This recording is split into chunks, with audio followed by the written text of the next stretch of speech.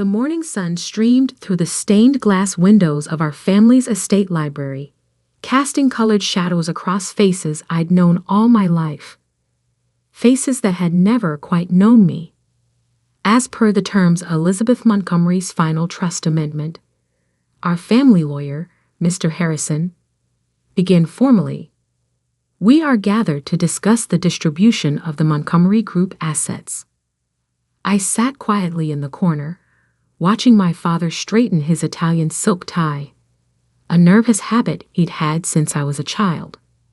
Next to him, my sister Victoria adjusted her Cartier watch, manicured fingers tapping impatiently on the antique mahogany table.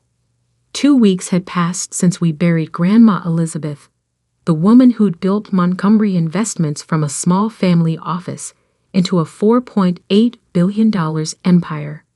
2 weeks of whispered conversations, hidden meetings, and not-so-subtle celebrations from those who thought they knew what was coming. They didn't. Before we proceed, Mr. Harrison continued, I should note that Mrs. Montgomery made several unusual requests regarding this meeting. Just get on with it, James, my father interrupted. We all know what Mother wanted. Did they? I thought, remembering the last 3 years of quiet Sunday afternoons in Grandma's private study. The lessons she taught me while everyone else was at the country club. The empire she'd really built, hidden behind the one they thought they knew. Very well. Mr. Harrison adjusted his glasses. The primary Montgomery Group holdings, including the investment firm, real estate portfolio, and technological ventures, will be distributed as follows. Victoria leaned forward, her perfectly styled hair falling slightly out of place, the only sign of her anticipation. To Victoria Montgomery Pierce, Mr. Harrison read, in recognition of her MBA from Harvard Business School and her position as Chief Strategy Officer. My sister's smile grew wider. Shares amounting to 15% of Montgomery Investments, plus the summer house in Martha's Vineyard. The smile faltered. 15%? That's all. I suppressed a small smile, remembering Grandma's words. Watch their faces when they realize how little they really know. To William Montgomery, the lawyer continued, addressing my father, in recognition of 30 years of service as CEO. Dad straightened, confident in his position as eldest child and current chief executive. Shares amounting to 20% of Montgomery Investments, plus the London office property. 20. My father's voice cracked. There must be some mistake. Mother always said, if I may continue. Mr. Harrison interrupted firmly. To various minor shareholders and board members, 10% distributed according to the attached schedule. The room had grown tenser with each announcement. Simple math told them that 55% of the company, the controlling interest, remained unallocated. Finally, Mr. Harrison turned to me. And to Alexandra Montgomery. Let me guess, Victoria sneered. The family photo albums? That's more your speed, isn't it, little sister? I thought about the last video call with Grandma, 3 days before she passed. About the documents hidden in my apartment safe. About the truth they'd never bothered to see. Alexandra gets nothing, my father announced with a cold smile. Mother and I discussed this extensively. She's not qualified to handle any significant portion of the business. Mr. Harrison raised an eyebrow. Oh, and when was this discussion? Last month, at the hospital. She was very clear about Alex's limitations. I reached for my phone, opening a specific video file. Interesting, because I have Grandma's actual last words right here. What are you talking about? Victoria snapped. Silently, I placed my phone on the table and pressed play. The screen filled with Grandma Elizabeth's face, recorded in her study 3 days before she passed. If you're watching this, she began, her voice strong despite her illness. Then the vultures have already started circling. William, Victoria, I see you both. I've always seen you. My father's face paled slightly. You think you know this company.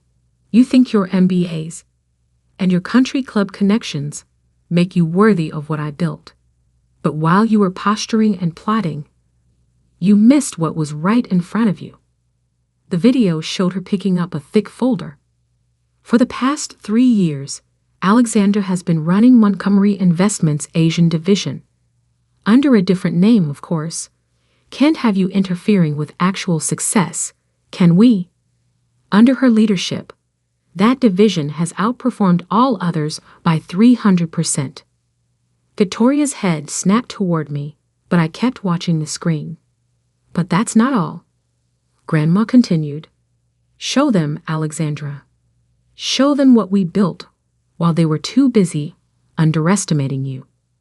This was my cue. I pulled out my laptop, connected it to the library's display screen, and opened a series of documents. The Asian division was just the beginning, I said quietly. 3 years ago, Grandma asked me to audit the entire company. What we found wasn't pretty. Spreadsheets filled the screen, evidence of mismanagement, hidden losses, and questionable decisions under my father's leadership. You've lost $600 million in failed ventures that you've hidden from the board, I continued. Covered up 3 potential SEC violations, and nearly bankrupted our tech division with that merger you forced through last year. How dare you? My father started to rise. Sit down, William. Grandma's voice commanded from the video. You've done enough damage. Alexandra didn't just find your mistakes. She fixed them. Remember that mysterious investor who bailed out the tech division? That was her, using the fund I helped her build. The strategic partner who saved the European expansion. Also her. I switched to another document, my personal portfolio overview. Their eyes widened at the numbers. While you were drinking champagne at board meetings, I said, I was learning, building, protecting what Grandma created from what you nearly destroyed. Impossible, Victoria whispered. You're the quiet one, the family disappointment. No, Grandma's voice corrected. She's the one who understood what really matters. Not titles, not appearances, but responsibility, vision, integrity. The final document appeared on screen, the trust amendment's full terms. Alexandra Montgomery, Mr. Harrison read formally, inherits controlling interest in Montgomery Investments, 55% of all shares, full voting rights, and immediate appointment as Chief Executive Officer. The room exploded in protests. Victoria knocked over her water glass. Dad started quoting bylaws he'd never actually read. One more thing. Grandma's voice cut through the chaos. Alexandra has held proxy voting rights for my shares for the past year. Every major decision you thought I approved, that was her. She's been running this company while you played at being leaders. I stood up, straightening my simple black blazer. The board meeting is at 2. I suggest you all review the new organizational charts before then. There are going to be some changes. You can't do this, my father sputtered. I'm CEO. The board works for me now. I corrected him. Just like they've actually been doing for the past year. They just didn't know it. As I walked toward the door, Victoria called out, We're your family. I turned back, remembering all the dismissive comments, the excluded invitations, the years of being treated as an afterthought. No, I said quietly. We're business associates now, and you both work for me. The video ended with Grandma's final words. Remember, Alexandra, power isn't in what they see.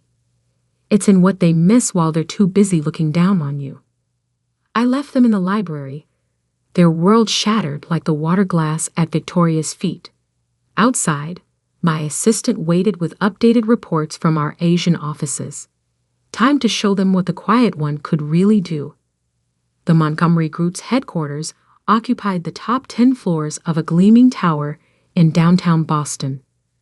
By 1:45 p.m., news of the morning's trust revelation had spread through all of them. I stepped out of the private elevator into what was now my executive floor, noting how quickly people's expressions had changed. Gone were the dismissive glances and condescending smiles. Now they watched me with a mixture of fear and fascination. The board members are already in the conference room, my executive assistant Michael informed me. And your father is demanding a private meeting before we begin. Is he? I smiled slightly. How's Victoria handling things? She's called 6 different lawyers in the past 3 hours. None of them willing to challenge the trust after seeing the documentation. I nodded, unsurprised. Grandma had spent decades building relationships with the best legal minds in Boston. They knew better than to cross her. Or now, me. The main conference room was a testament to corporate power. Floor-to-ceiling windows overlooking the city, handcrafted furniture, and today, 12 very nervous board members. My father stood as I entered, his face a mask of barely controlled rage. Alexandra, we need to discuss this privately. No, we don't. I took my seat at the head of the table, his former position. Everything I have to say can be said here. I opened my laptop, connecting it to the room's display system. The screens came alive with data, performance metrics, project analyses, and financial reports. For those who haven't heard, there have been some changes in Montgomery Group's leadership structure, I began calmly. I now hold controlling interest and will be assuming the role of CEO, effective immediately. This is absurd, my father interrupted. The board won't. The board, I cut him off, has been watching our Asian division outperform every other sector for the past 3 years. Would you like to know why? I switched to a new slide, an organizational chart showing the division's structure under my leadership.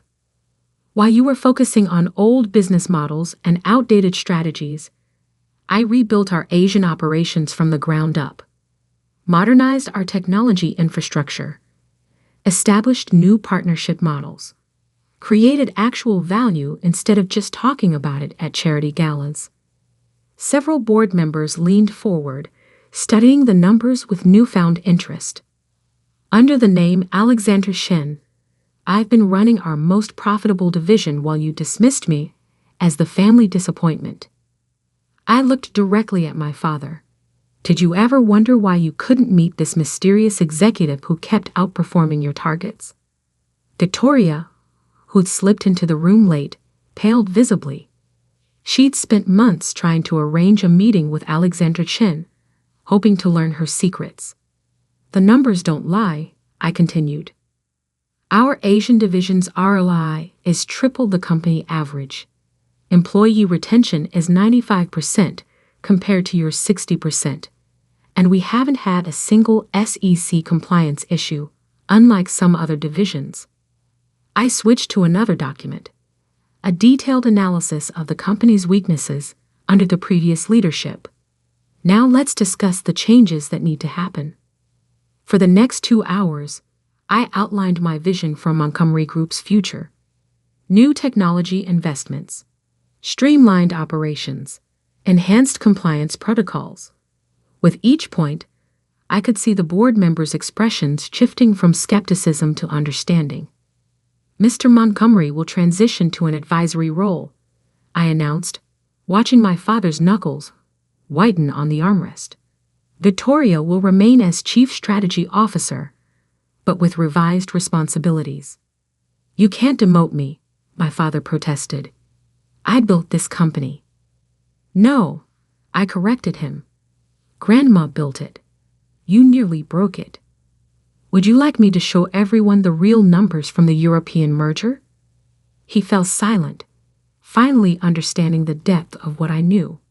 As for the rest of you, I addressed the board. Your positions are secure, assuming you adapt to our new direction.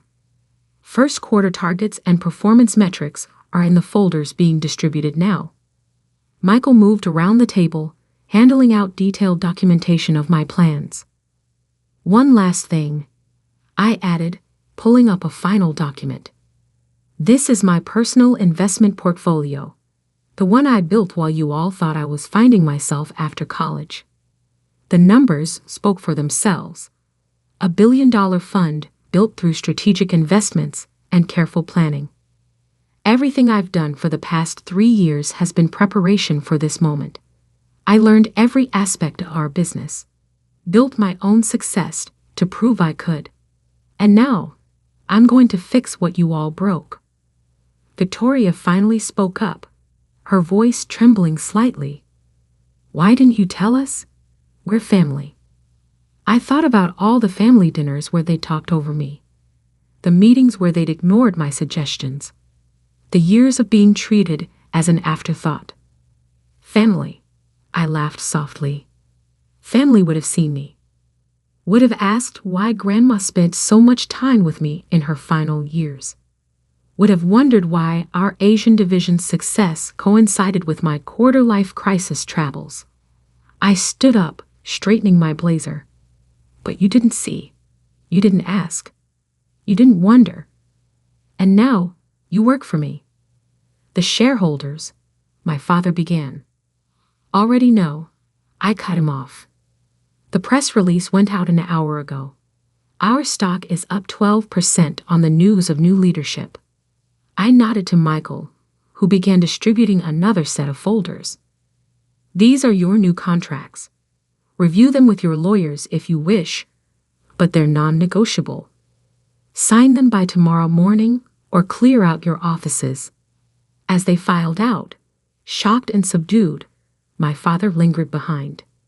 I'm still your father, he said quietly. Yes, I agreed. But you're also an employee who's underperformed for years. Don't confuse the two. Left alone in the conference room, I walked to the windows, looking out at the city Grandma had taught me to conquer. My phone buzzed. A message from her old assistant. Elizabeth would be proud. Show them what real power looks like. I smiled, remembering Grandma's favorite saying, "Let them underestimate you. It makes the victory sweeter." The real work was just beginning. Time to show them exactly what the quiet one could do with an empire.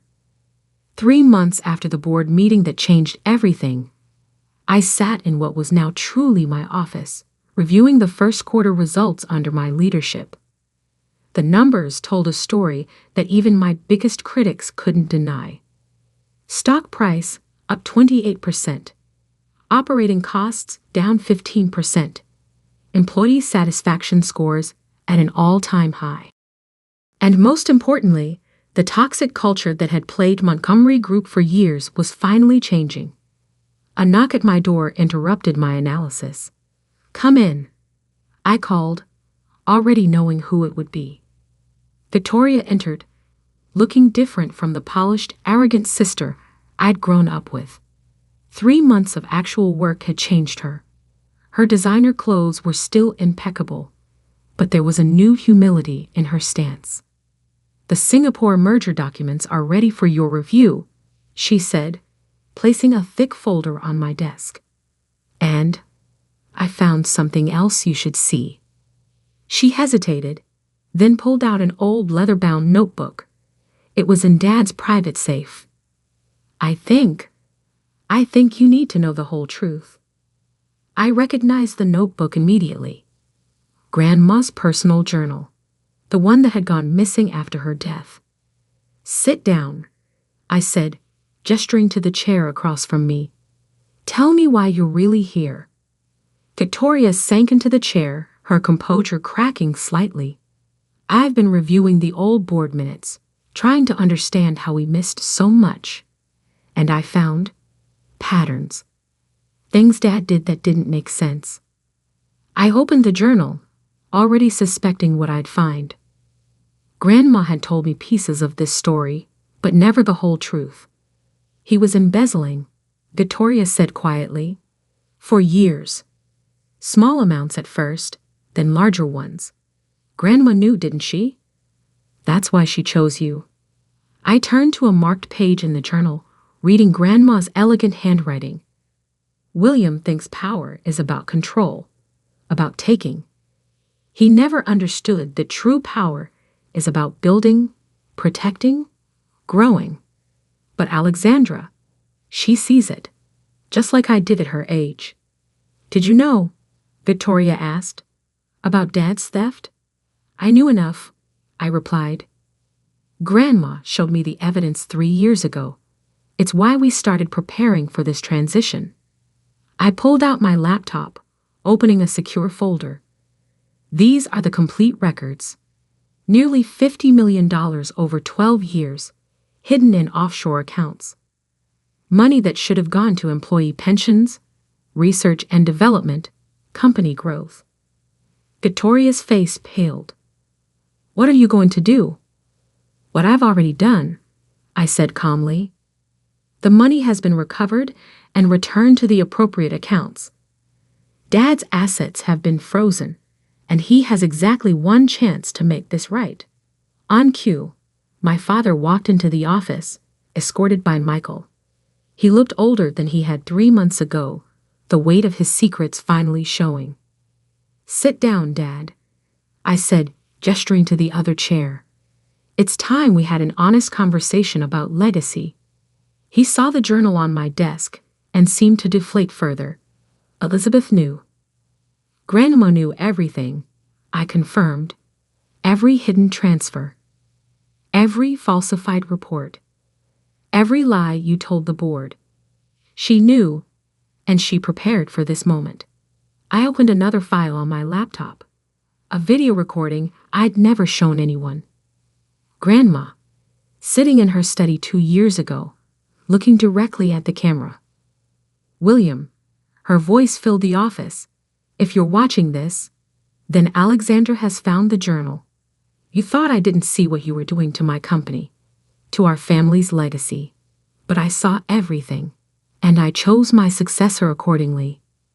My father's hands trembled slightly. Alexandra, the recording continued, has my strength without my pride, my vision without my blindness to family betrayal. She'll fix what you broke, William, and she'll do it with the grace I never managed to teach you. I stopped the video, looking at my father and sister. Here's what happens next. Dad, you'll quietly retire, citing health reasons. You'll repay every dollar you took with interest, and you'll stay away from company operations permanently. And if I refuse, he challenged, a flash of his old arrogance returning. Then I release everything, I said simply. The evidence goes to the board, the SEC, and the press. Your choice. Victoria leaned forward. What about me? I studied my sister, seeing something new in her expression. Not just humility, but understanding. You've done good work these past 3 months, I acknowledged. Real work, not just playing at being an executive. If you want to stay, earn your position. Show me you understand what responsibility really means. She nodded slowly. I'd like to learn. Actually learn this time. Then start with this. I handed her a new file. Our European division needs restructuring. Show me a real plan, not just fancy presentations and empty promises. As they left my office, Dad to draft his retirement announcement, Victoria to tackle her first real challenge. I turned to Grandma's journal again. The final entry read, Power isn't in the money, the titles, or the corner office. It's in the quiet strength to build something lasting, to protect what matters, to rise above personal grudges for the greater good. Alexandra understands this. That's why she'll succeed where William failed. Sometimes the quiet ones carry the loudest truth. My phone buzzed with messages. Asian markets opening strong, European partnerships expanding, domestic operations streamlining. The empire was growing stronger every day. I walked to the windows, watching the city lights flicker on as dusk approached. In the reflection, I saw not just myself, but the legacy Grandma had trusted me to protect and expand. "Thank you, Grandma," I whispered, "for seeing me when no one else did." The quiet one had found her voice. The overlooked daughter had claimed her throne. And the real work of building something lasting was finally, truly beginning. Because sometimes the greatest power lies not in what you take, but in what you build. Not in how loudly you speak, but in how carefully you listen. Not in the title you claim, but in the legacy you protect. The Montgomery Group would rise again, stronger than ever. Built on truth this time, not secrets. On merit, not manipulation. On quiet strength, not empty power. And I would make sure of it. One decision, one day, one victory at a time.